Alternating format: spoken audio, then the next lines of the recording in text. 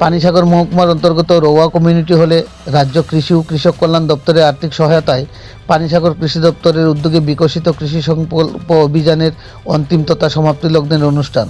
এতে সভাপতিত্ব করেন রোয়া গ্রাম পঞ্চায়েতের প্রধান আমির উদ্দিন।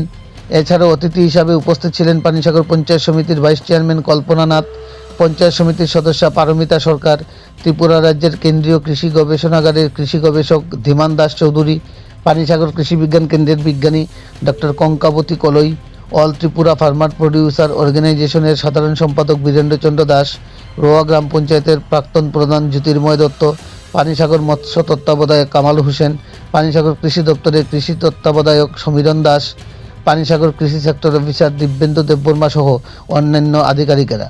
কেন্দ্রীয় মন্ত্রী কৃষি মন্ত্রণালয়ের উদ্যোগে সমস্ত দেশ জুড়ে কৃষকদের সমৃদ্ধি, সচ্ছলতা এবং আত্মনির্ভরতার অঙ্গীকারকে বাস্তবায়িত করতে রাজ্য কৃষি দপ্তর কর্তৃক এই ধরনের কর্মসূচি বাস্তবায়িত হচ্ছে বিগত 29 মে থেকে 12 জুন পর্যন্ত সমগ্র রাজ্য জুড়ে 15 দিনব্যাপী।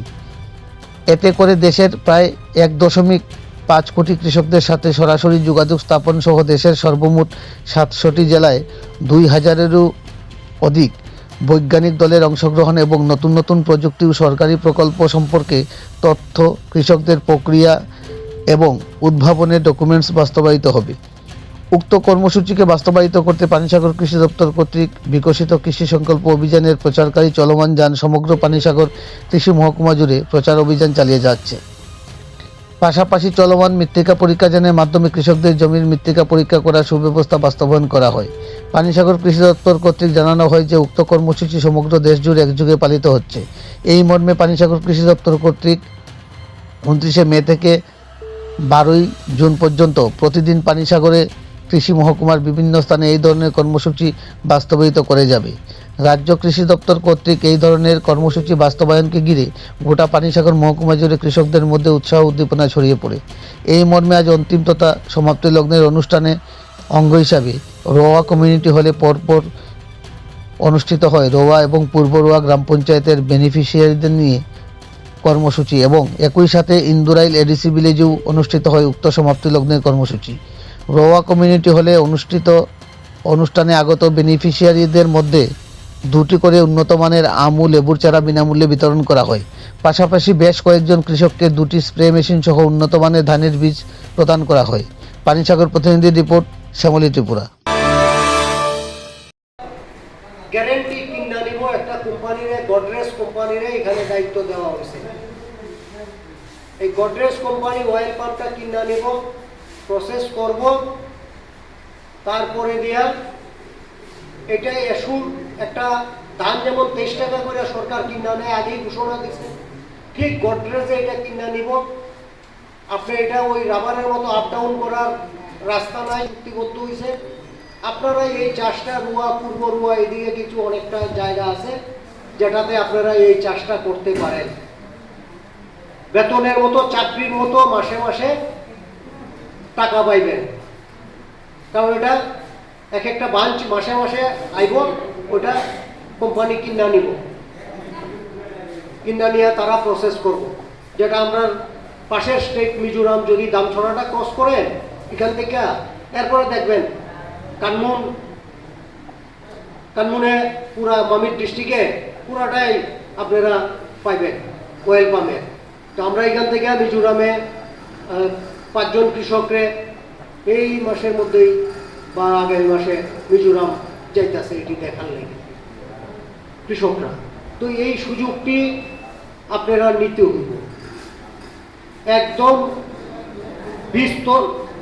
বীজ থেকে ধরে, যেমন বীজ আজকে আমরা হাইব্রিড যারা করবেন, হাইব্রিড বীজ ফ্রিতে আমরা ডিস্ট্রিবিউট করব। তবে এটা করতে হইব, এরপরে এটার লেগে সারও দেওয়া হইব সব কিছু। এরপরে যে আমরা এখন বীজটা 10 টাকা করে নিতেছেন, এটা 37 টাকা দাম আছে। সরকার 27 টাকা এটা সাবসিডি দিতেছে এই কৃষকদের জন্য। এই যেটা গোমতী ধান বলুন আর এমটিইউ বলুন, হাকুচুকু বলুন আর সহভাগী, তো এইটা আপনারা নিবেন, সবটি স্টোরেই আছে।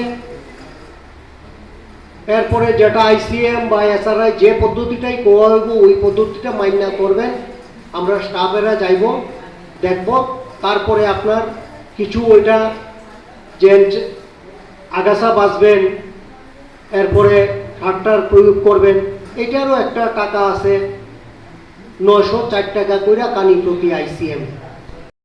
ঠিক আছে, এখন মাটি পরীক্ষা করার লাগে আপনার কি করতে লাগবে আর কি ইম্পর্টেন্ট এই ব্যাপারে আপনারা আমি বলতেছি। এখন যে কোনো আমরা সবজি টিকা প্ল্যান্টেশন ক্রপ টিকা মানে যা লাগাইবেন এর আগে কিন্তু মাটির স্বাস্থ্যটা দেখার মানে খুবই দরকার, ঠিক আছে না? আপনার মানুষের কথা না, আমরা যদি কোনোখানে যাই প্রথমে আমরা দেখি বা দূরের জায়গাতে যদি কোনো কিছু করতে যাই তখন দেখি আমরা সুস্থ আছে কিনা, আমরা সুস্থ আসিনি, তারপরে আমরা কোনো কিছু ভ্রমণ বা কোনো যাই তখন আমরা যাইতে পারি দূরে। এখন সেই মতে আমরা যদি যে কোনো ক্রপ লাগাই, যে কোনো গাছ সবজি বা ধান যে কোনো ফসল বা যে কোনো প্ল্যান্টেশন ক্রপ লাগানোর আগে কিন্তু আমরা মাটি পরীক্ষা খুবই দরকার। মাটি পরীক্ষা যদি আমরা করি বা মাটির স্বাস্থ্য যদি জানি তখন কিন্তু আমরা যে যতগুলি নিউট্রিয়েন্ট আছে, যতগুলি সার বা যতগুলি কি আছে এগুলি কিন্তু আমরা জানতে পারি। আমরা মাটির মধ্যে কি সমস্যা আছে, কি কম আছে বা কি বেশি আছে, ওই হিসাবে যদি আমরা যদি মানে সারটা যদি দেই আমরা কিন্তু কমেও হয়ে যায়, ঠিক আছে? এখন মাটি পরীক্ষা করার লিগে আপনার প্রথমত কি করতে লাগবে, এখন আপনারা কিন্তু এখন যদি কোনো ফসল লাগান এখন 15 দিন বা 30 দিন আগে আপনার মাটি পরীক্ষা করতে দিতে পারেন। এখন যে মাটি যে পরীক্ষা করবেন এখন মাটিটা তো সংগ্রহ করতে লাগবে, ঠিক আছে? মাটিটা তো সংগ্রহ বিএলডব্লিউ করে নেয়, কিন্তু আপনারাও কিন্তু জানা দরকার যে কিভাবে সঠিক পদ্ধতিতে আমরা মাটি সংগ্রহ করব। মাটি যদি সঠিকভাবে যদি সংগ্রহ করতে পারি তখন কিন্তু আপনার যে ক্ষেতের জমির যে যতগুলি মাটির কি সমস্যা আছে বা কি কম আছে এটা সব দেখা দিব।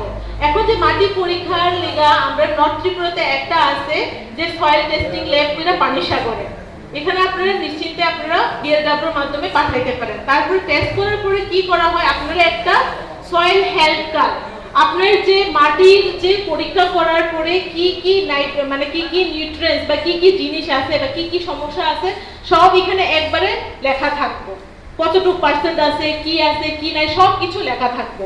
এখন মাটি পরীক্ষা করার আগে প্রথমত আপনার কিন্তু সাপোজ আপনারা ধরেন আপনার এক কানের মতো জায়গা আছে, ঠিক আছে? এক কানের মতো জায়গা আছে, তখন একখানের থেকে আপনারা কোনো সময় মাটি নিয়েন না, আপনারা কিন্তু একটা জিগজাগ পদ্ধতিতে আপনি ফলো করতে লাগবে। এটা যদি একটা চারকোনা যদি হয় একটা স্যাম্পল এখান থেকে নিতে লাগবো, আরেকটা এখান থেকে নিতে লাগবো, একবার এখান থেকে, এরকম করে আপনার পুরাটা জায়গা কভার করতে লাগবো। জায়গাটা কভার যে করবেন এখন এমন জায়গা নিবেন যে বৃষ্টির আগে বা বৃষ্টি পড়ছে ভিজা মাটি না, যখন বৃষ্টি শেষটা যখন জোরজোরা, কারণ বৃষ্টি জলের মধ্যে কি হয় আপনার যে নিউট্রিয়েন্টস কিন্তু ধুয়ে যায় গিয়া, তাহলে কিন্তু ভালো পরীক্ষার যে আপনার যে রেজাল্টটা পাইতেন না। এখন মোটামুটি যে শুকনা বা বেশি টাইম গেছে কয়েকদিন পর মানে ফসলের আগে 15 বা 20 দিন বা 30 দিন আগে আপনার সংগ্রহ করবেন। কিভাবে